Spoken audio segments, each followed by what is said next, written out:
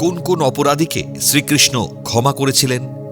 ভগবান শ্রীকৃষ্ণ মূলত অনুতপ্ত পাপী, শরণাগত ভক্ত ও সাধু প্রকৃতির মানুষদের ক্ষমা করেন।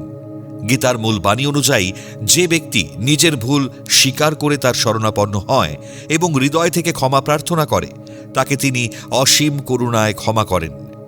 হিন্দু পৌরাণিক কাহিনী ও মহাভারত অনুযায়ী শ্রীকৃষ্ণ ক্ষমা ও করুণার এক অনন্য প্রতীক। শ্রীকৃষ্ণ তার জীবদ্দশায় বিভিন্ন সময় অনেক অপরাধীকেই ক্ষমা করেছিলেন। তিনি বহু ব্যক্তি এবং অসুরকে তাদের পাপের জন্য ক্ষমা করেছিলেন এবং তাদের সদ্গতি প্রদান করেছিলেন। শ্রীকৃষ্ণ কোন কোন অপরাধীকে ক্ষমা করেছিলেন আজ জানাব সেই তথ্য। পুতনা রাক্ষসী। শ্রীকৃষ্ণকে হত্যা করার উদ্দেশ্যে পুতনা রাক্ষসী তার বিষাক্ত স্তন্যপান করাতে এসেছিলেন। সে পরমেশ্বর ভগবানকে বধ করার মতো জঘন্য পাপ করতে চেয়েছিলেন, কিন্তু কৃষ্ণ যখন স্তনপানের মাধ্যমে তাকে বধ করেন, তখন তিনি তাকে মাতৃসম মর্যাদা দিয়ে পরম মুক্তি বা মোক্ষ দান করেছিলেন। শিশুপালকে ক্ষমা। শিশুপাল কৃষ্ণকে চিরশত্রু মনে করতেন। কারণে অকারণে তিনি কৃষ্ণকে অপমান করতেন।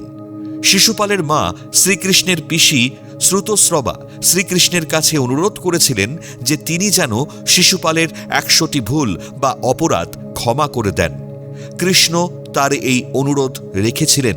এরপর শিশুপাল কৃষ্ণের বিরুদ্ধে 100টি অপরাধ করার পর 101তম অপরাধটি করলে কৃষ্ণ সুদর্শন চক্রের সাহায্যে তার শিরচ্ছেদ করেন। জরাসন্ধ ও বানাসুর এরা উভয়ই নিরপরাধ পাণ্ডবদের ওপর অকথ্য অত্যাচার করেছিলেন এবং কুরুক্ষেত্রের যুদ্ধের মূল হোতা ছিলেন। শ্রীকৃষ্ণ তাদের বারবার শোধরানোর সুযোগ দিলেও তারা তা গ্রহণ করেননি। যাদের মধ্যে অন্যতম হলেন কংসের শ্বশুর জরাসন্ধ, যাকে কৃষ্ণ 17 বার পরাজিত করেও জীবিত ছেড়ে দিয়েছিলেন, এবং বানাসুর, যিনি যুদ্ধে পরাজিত হয়ে ক্ষমা চাইলে কৃষ্ণ তাকে ক্ষমা করে দেন। পাপের চূড়ান্ত সীমায় পৌঁছনোর পর কৃষ্ণ তাদের বিনাশ করেন, যা তাদের পাপের প্রায়শ্চিত্ত ও মোক্ষ লাভে সাহায্য করে। কালীয় নাগ। কালীয় হ্রদের বিষে যমুনার জল দূষিত করে সে বহু নিরীহ প্রাণী ও মানুষের মৃত্যুর কারণ হয়েছিল। গরুর ও ব্রজবাসীদের ওপর তার অত্যাচার ছিল ভয়াবহ, কিন্তু সে ভুল বুঝতে পেরে শ্রীকৃষ্ণের শরণাপন্ন হলে কৃষ্ণ তাকে ক্ষমা করে দেন এবং তাকে কালীয় হ্রদ ছেড়ে সমুদ্রে চলে যাওয়ার নির্দেশ দেন। ইন্দ্রদেব। গোবর্ধন পূজার সময় শ্রীকৃষ্ণের প্রভাবে অহংকৃত হয়ে ইন্দ্রদেব ব্রজভূমিতে প্রবল বর্ষণ ও বন্যা সৃষ্টি করেছিলেন।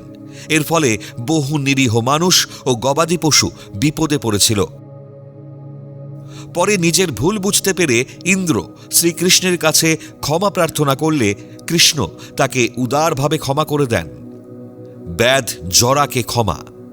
যদুবংশের ধ্বংসের পর শ্রীকৃষ্ণ যখন প্রভাস তীর্থে ধ্যানমগ্ন ছিলেন, তখন জরা নামক এক ব্যাধ ভুলবশত তাকে হরিণ ভেবে তীর মারেন।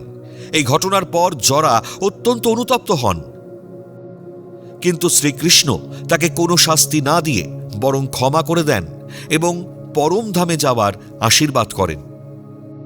শ্রীকৃষ্ণ বলেছেন, কোনো ব্যক্তি যতই বড় পাপী হোক না কেন, সে যদি আন্তরিকভাবে অনুতপ্ত হয়ে তার কাছে আত্মসমর্পণ করে, তবে তিনি তাকে ক্ষমা ও উদ্ধার করেন।